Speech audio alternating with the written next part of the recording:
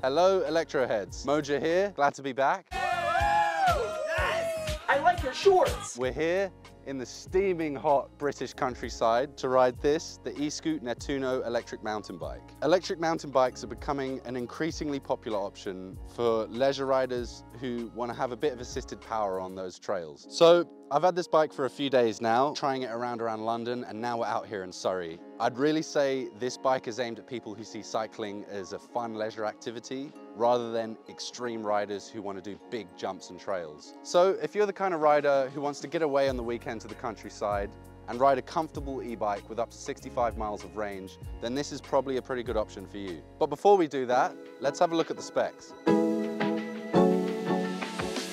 The ESKUTE Netuno is a low-budget electric mountain bike with some high-end features such as the rear Bafang 250-watt hub motor and a lovely alloy frame which houses the 36-volt 522-watt-hour Samsung battery pack. It's also got a very unique display integrated into the stem of the bike. The hub motor is a Bafang G020 250-watt, putting out 45 Nm of torque. It's a high-quality and well-tested motor. It gives you a sufficient amount of power to push you up steep off-road inclines, but is subtle enough to keep the bike feeling like a regular mountain bike. The power is only activated through pedal assist and has a top speed of 15.5 miles an hour, making the bike fully legal for use on UK roads. I like to ride with a throttle normally, but without a throttle, the experience is a lot less like a mini motorcycle. I actually felt like a cyclist for the first time in a while. The waterproof concealed battery within the frame is very neat. It's lockable with a key, providing an added level of security, and having the battery close to the center of mass, the crank,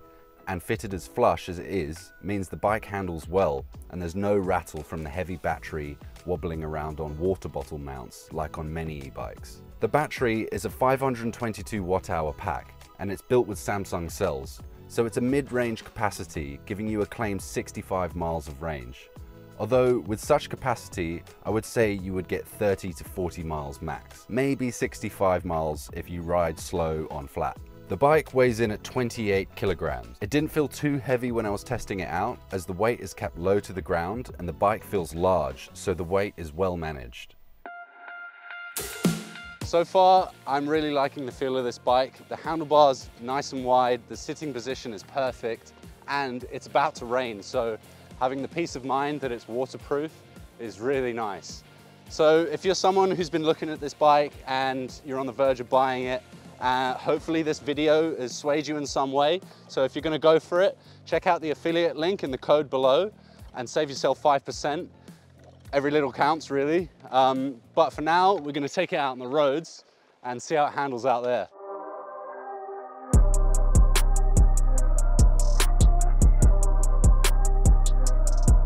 So a part of the testing I did on this bike, on Sunday I took it down to the Viking Trail at Margate, which is like a 40-mile trail that goes all the way along the coast.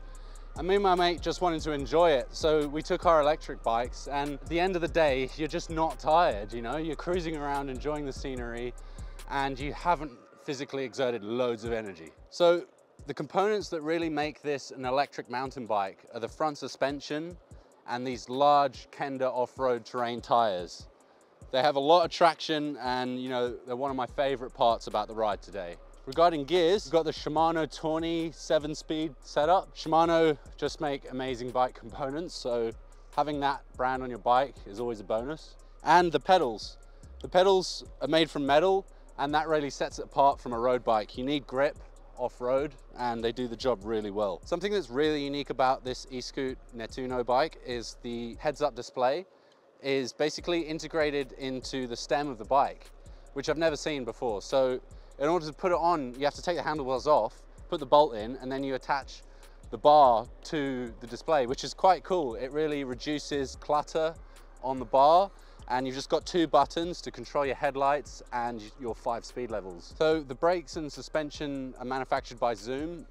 They're quite a good brand, and a lot of people are using Zoom products. I quite like this little integrated bell. I wish I had that on my bike. Something else that's really cool is you get a kickstand, which is essential, and it helps keep your bike nice and shiny. A lot of people with electric bikes like this want them to look pristine all the time, which is not how a mountain bike should really look.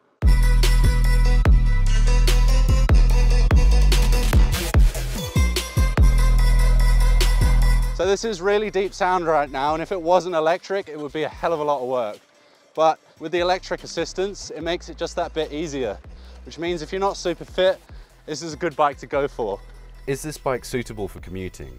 Its primary purpose is all-terrain riding due to the wide 27.5 inch by 2.1 inch treaded Kenda tyres, long travel front suspension fork, wide handlebars, and the sloped upper frame. With some simple modifications, however, this bike would handle commutes with no problem. As there's no rear suspension, you could attach a pannier rack and some decent mudguards, plus a rear light as this one doesn't come with one, and you'd be set up for commuting. And with the battery hidden in the frame, I am way more confident to lock this up outside, as the battery is the most expensive component of the bike.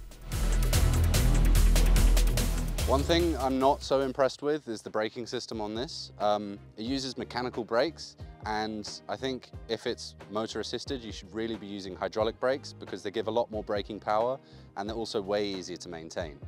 Also, the brakes are set up Euro style, so the left brake is the front brake and the right brake is the rear brake. That's okay if you don't ride bikes a lot because you can retrain your muscle memory, but I've been riding bikes since I was 15, so it's very hard for me to concentrate on which brake's which. When comparing this bike to others targeted at all-terrain riding and at a similar price point, such as the EasyGo Commute EX Gents and the Dalling Gridge Malvern, those bikes look way more like cyclocross or gravel bikes, as they don't have proper mountain bike features such as fat treaded tires, wide handlebars, and that attack style frame. So if you want something that leans more towards the off-road but still blurs the lines, this one's definitely for you. So I wanted to discuss the size of this bike, which is, you know, it's kind of unusual. Most mountain bikes, big ones, go with 29-inch wheels. Really small, kind of nippy mountain bikes go with 26-inch wheels. These are 27.5, so it's like a good mid-range.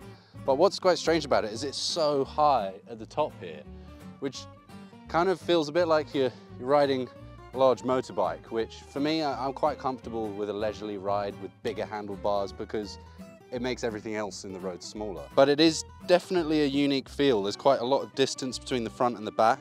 I feel quite planted and secure. Not sure how I'd feel in urban environments with the same setup, but in order to get around gravelly roads and feel quite grounded and safe, I quite like the size of this. I realized how tall it was because it wouldn't fit in my car like my normal bike, which is actually a large frame. And then I realized this is actually a huge bike. Thank you for watching our video, and I hope you've learned a little bit more about this bike if you're looking to buy it. We make videos about all kinds of electric mobility, so check out our channel. We've got a lot more out there. That's it for us today, and I look forward to seeing you next time.